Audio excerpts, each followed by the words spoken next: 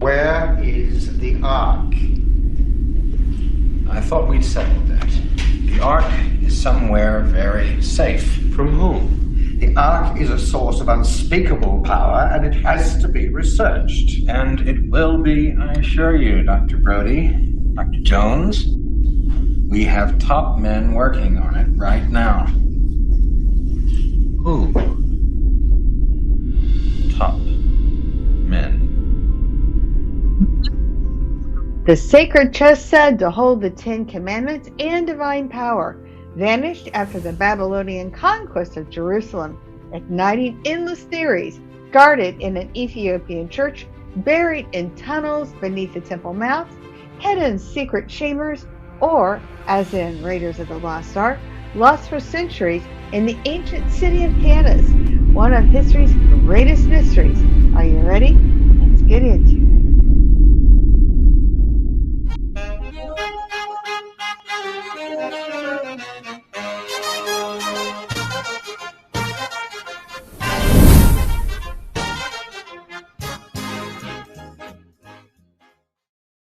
Perhaps no theory has gripped the modern imagination more than the one immortalized in Raiders of the Lost Ark.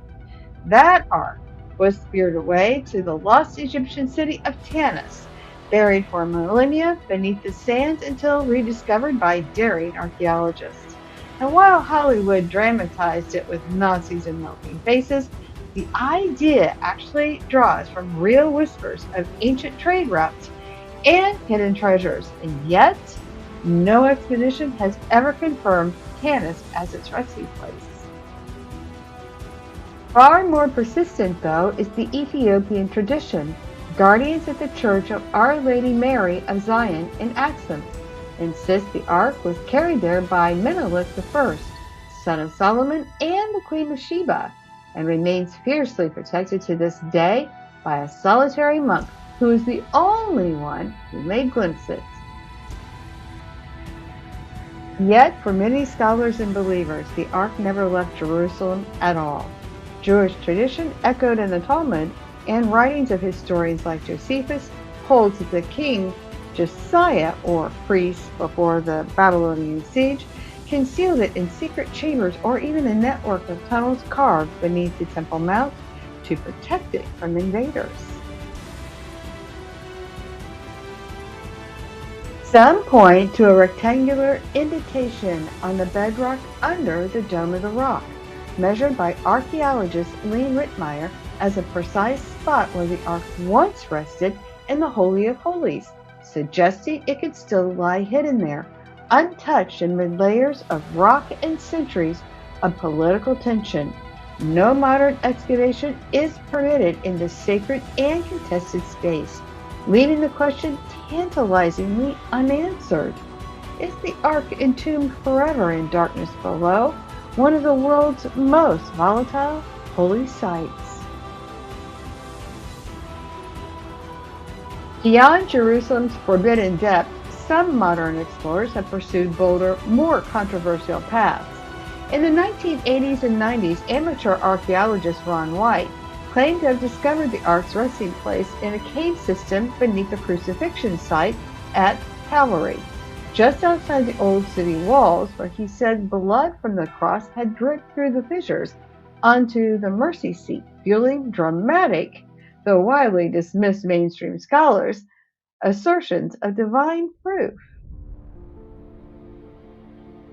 Other accounts speculate the Babylonians carried it to Mesopotamia as war booty, or that it was later smuggled to Europe, perhaps hidden in a vault in France, Ireland, or even the Vatican's secret archives, each trail growing colder with time and lacking verifiable evidence.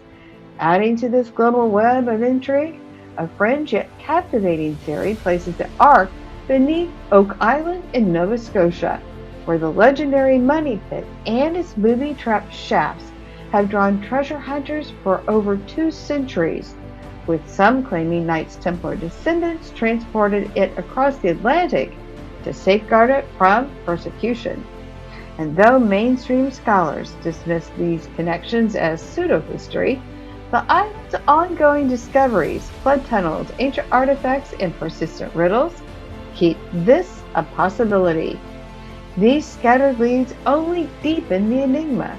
If the Ark survived ancient sieges and exiles, why has no credible trace ever surfaced in the open? And what forces, divine or human, conspire against us locating it? Are we ready to look for the secret? And is there more than one? Oh, superhumans, you know what that means? It's time to remote view. Before we go any further, let's elevate your journey, personal and cosmic.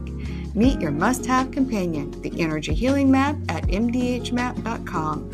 Perfect for beginners and pros. It's your guide to clearing trapped emotional energies like ancestral or past life baggage, aligning your vibration with your goals. Imagine releasing old vibes to unlock new skills like remote viewing.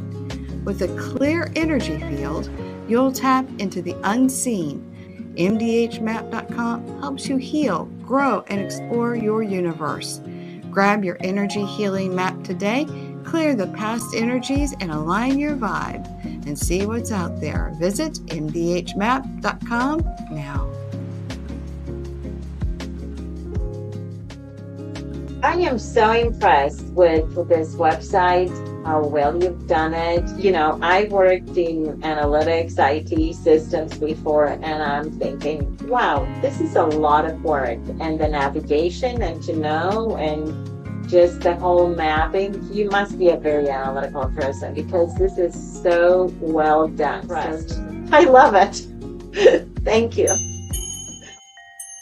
All right, Christina is here with me for part 2 of Where is the Ark? And we each did our remote view individually this time, and we actually have another remote viewer. She will join us at some point, but hello to Missy out there. You'll know who she is eventually. She'll be joining, but yeah, we're all getting different answers on where the Ark is. And just to kind of recap, and then I'll give Christina the stage. The other day when we were all looking into it individually, which is kind of like what we like to do, is individually see what we get and then kind of compare notes. And it was so strange because I got one answer, Missy got a different answer, and then Christina got yet a different answer. And we're like, you know, does the thing even exist? You know, we're just like, are we that all far off? It could be, you know, maybe it's not meant to be found. Who knows what's going on? But I woke up, I kid you not, at 4 a.m. this morning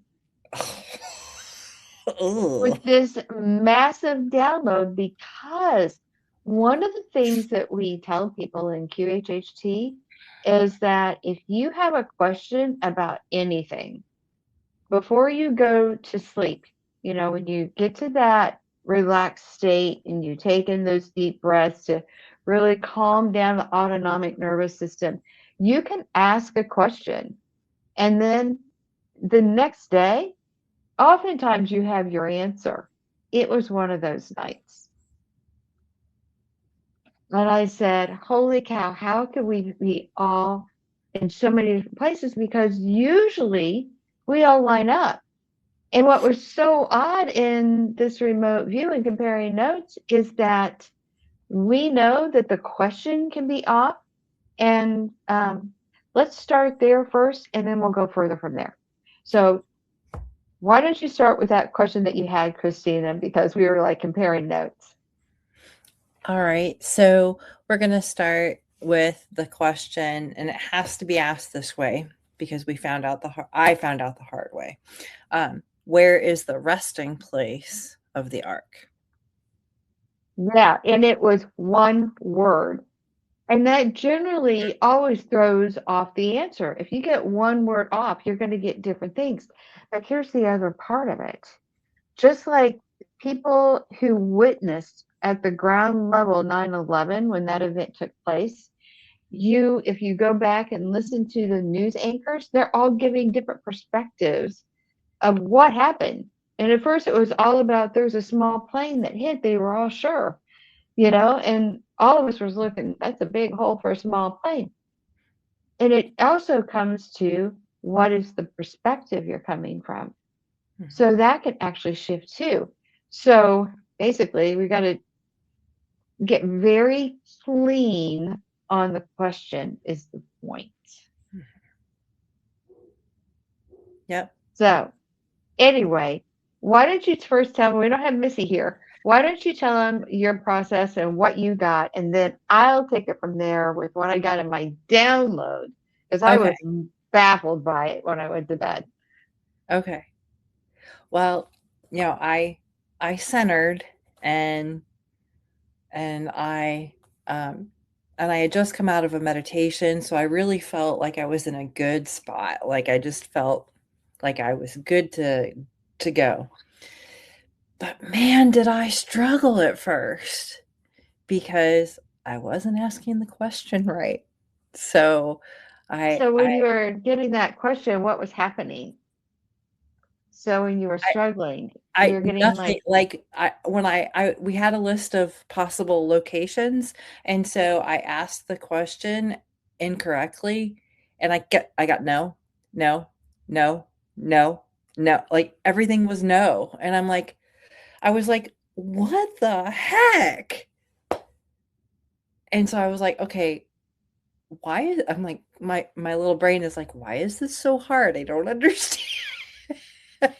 So then I'm immediately texting going, I can't get this to work. Like, it's not working. It's weird. And then of course you're like, well, are you asking the question right? And so then I texted my question, and then I said, oh, should I ask it this way? And you're like, yes. And so I'm like, okay. And then once I did that, it was great. Funny. That is so it was just funny. too funny. And you wanted me to give my answer, right? Yeah, go ahead. Okay, yeah, if you want to. So I found that the Ark of the Covenant, well, not the whole, I'm going to say not the whole Ark, is in Africa.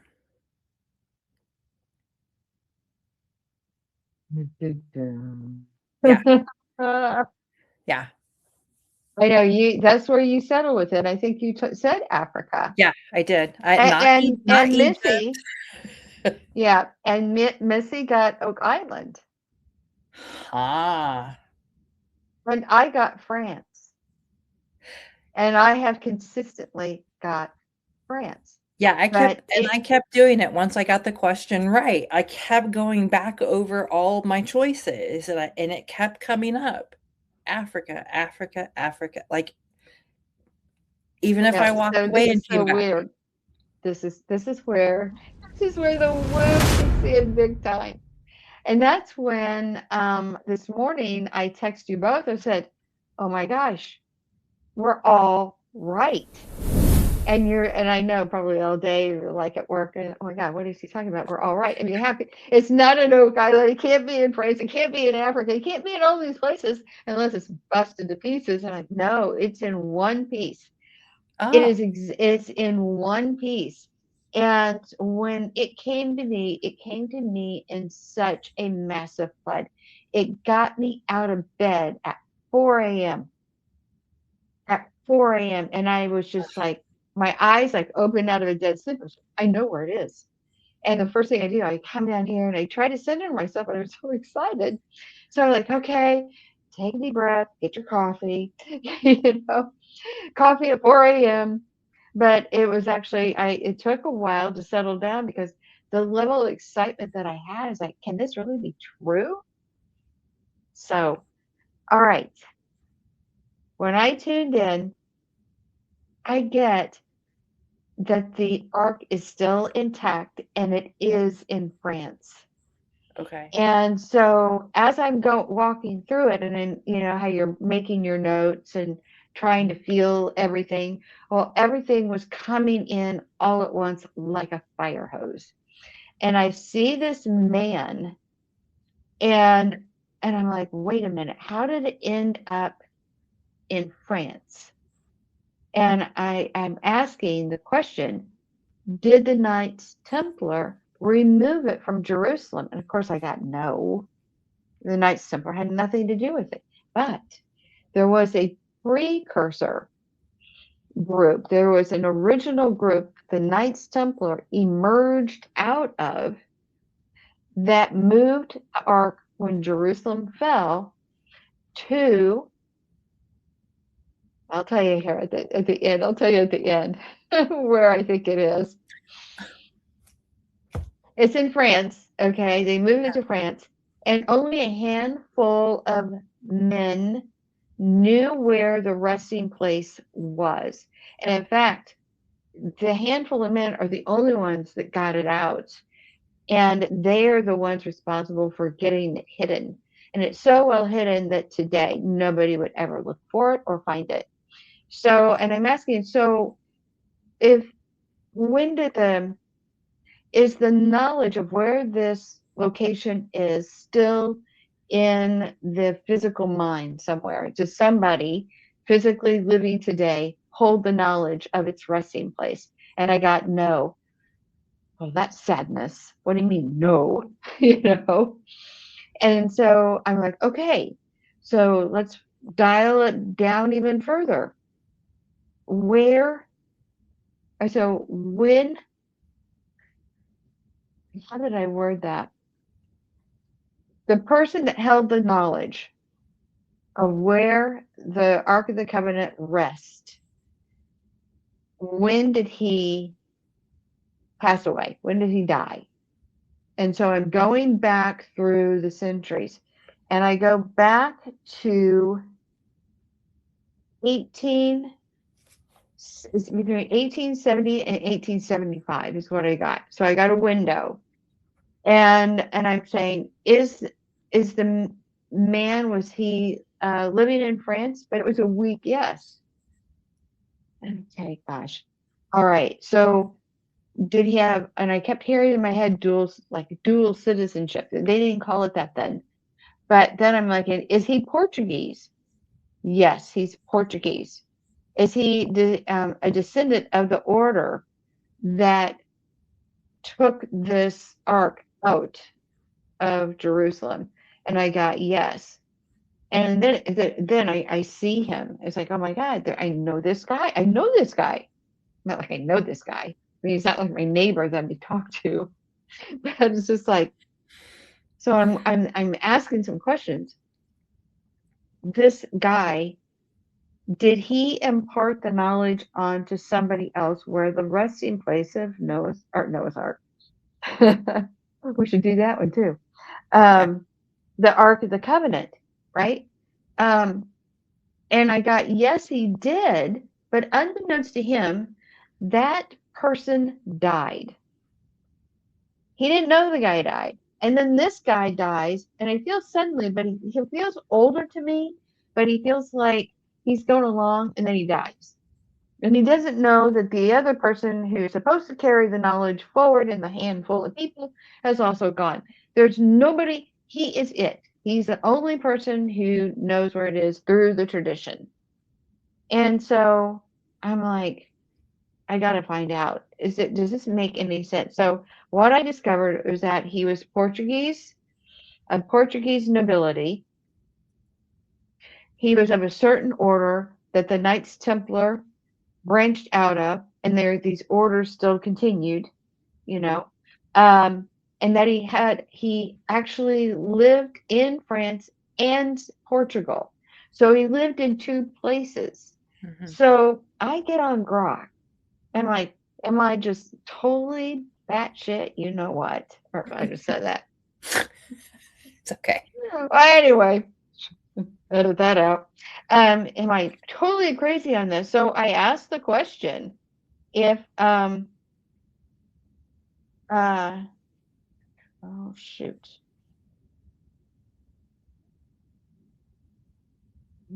Is there a man? I can't find the question now.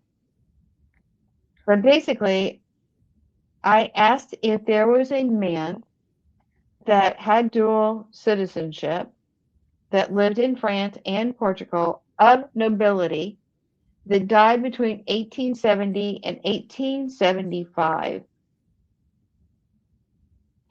And there was one. One. Just one guy that fits my criteria. And I couldn't even tell you his name because it's really, really, really, really long. The order he was with was Order of Christ. Now, that order was founded in 1319, but it actually has its roots further back. So it's like we're not calling ourselves this, we're calling ourselves, it is the same father to son lineage kind of thing going on. It's the same group of people. That's where he's tied into that.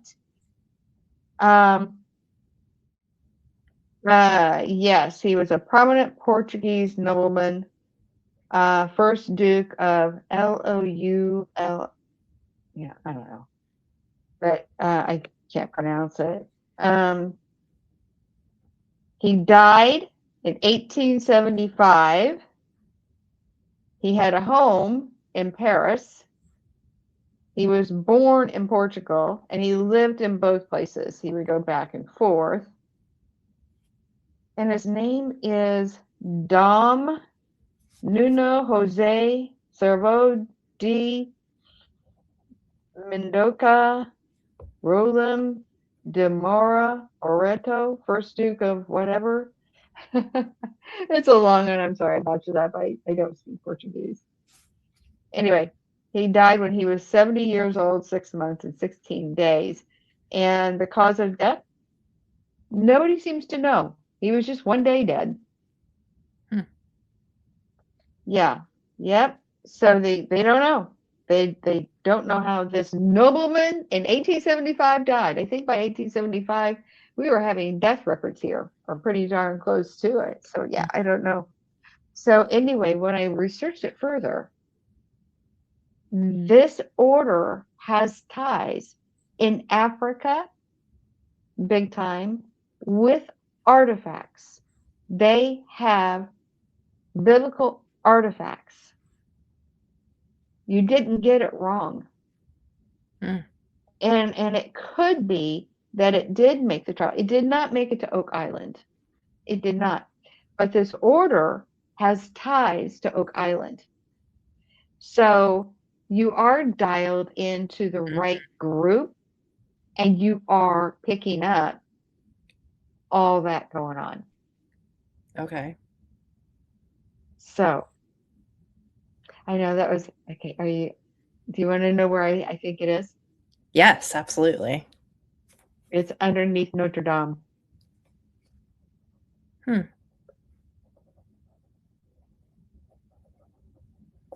So like in the catacombs, or? I don't know where. I just know it's underneath Notre Dame. And I ask in linear time, the question is, will we find the lost Ark of the Covenant? I feel like yes, we will. But I ask when in linear time, and it's like beyond 75 years, less than 100. I'm like, well, that counts me out. I won't know if I'm right or not.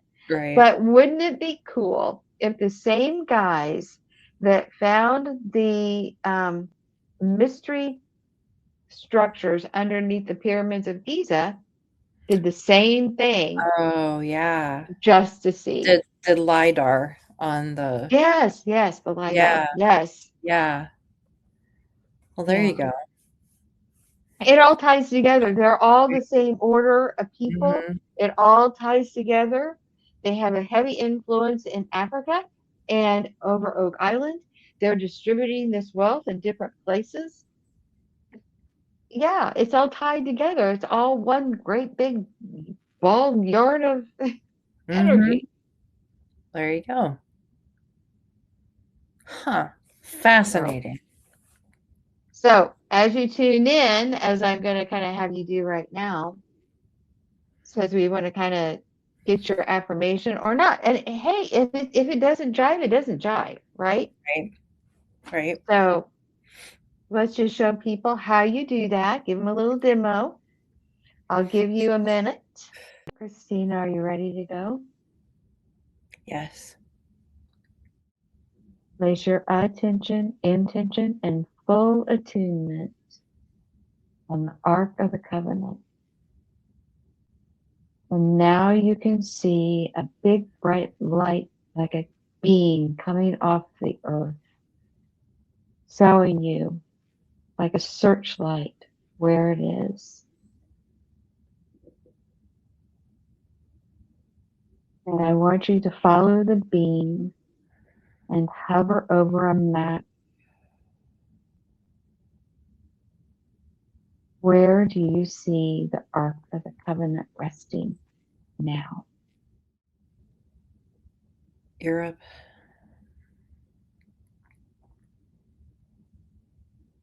France. Paris. Looks like Notre Dame. And so it's under the cathedral. Yes.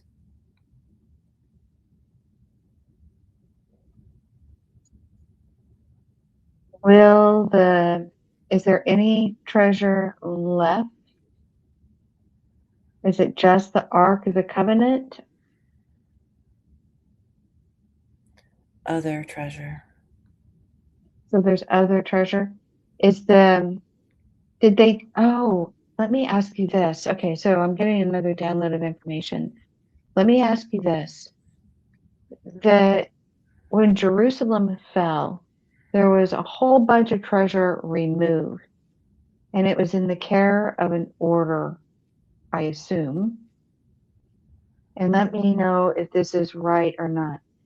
Part of the treasure was removed to Africa. Part of it was removed to Tanis. I'm getting no on Tanis. You let me Africa. know. Africa. And I'm getting part of it moved to Europe, part of it to the Vatican, or what became the Vatican. Yes. Part of it is in France. Yes. I'm hearing Ireland. Is there stash in Ireland? Yes. And Oak Island. They kept moving it from place to place. It's a big stash of wealth that keeps getting divided up and moved. Yes. Will Ark of the Covenant ever be located and brought to public view ever again?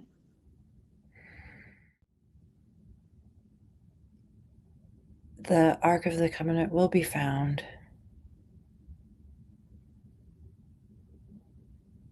Only to be made public if society changes. Change society for the better? Yes. Not ready. The 10 Commandments that Moses brought down from the Mount, are they still intact?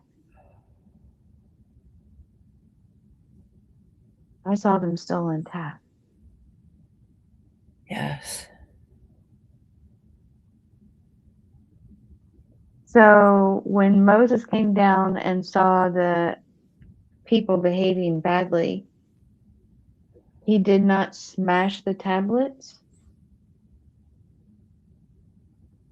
No. The ark was made in such a way that it would actually kill you if you didn't have the right garb on. Is this off-worlder technology that we attribute to a god, but they were, I don't mean to upset anybody. This is what we're just reading the energies we see it, and I may be wrong. Off-worlders that were trying to bring people up, but they were good. They were Good off-worlders. Yes, off-worlder technology. So, and they also are what we would say God's creatures. Yes? No? Yeah. So it's like a true story, but it's a little bit more layered. Yes. Okay. Check translation.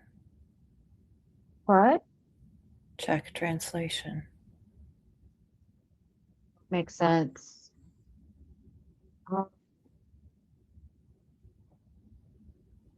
If will it be revealed to the public within 100 years? Yes. Or will it be longer? 100 years. Can you give me a date in linear time? Because time is one of those abstract things. In May, around the 17th. 21, 27. Any chance that LIDAR will pick it up? I mean, will anything be found and a talk may begin? Or maybe powers that be will say, we're not going to go digging in the church? Unwilling to allow LIDAR. Who's blocking it? Dark forces or good forces? Good forces. So we have to evolve a little bit more. That doesn't make sense to me. I would think that would help people evolve.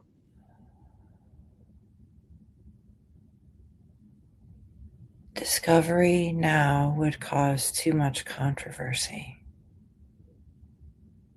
Well, that's sad. Would not have the desired effect. Too immature. Yeah, can see that. All right. All right. Is there more than one Ark of the Covenant? Did they make decoys? Yes. Are there decoys in Africa? Yes. Are there decoys anywhere else, or is the one in Africa the only one still in existence? Only one. So is that why you feel you got pulled to Africa, was to reveal that piece of this? Yes. And why was Missy pulled to Oak Island when we all got 3 different locations? Oak Island contained other treasure. Also helped to confirm order.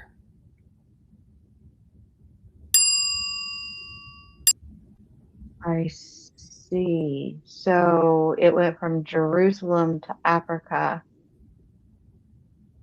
and to France, and from France to places of Portugal, and then to Oak Island.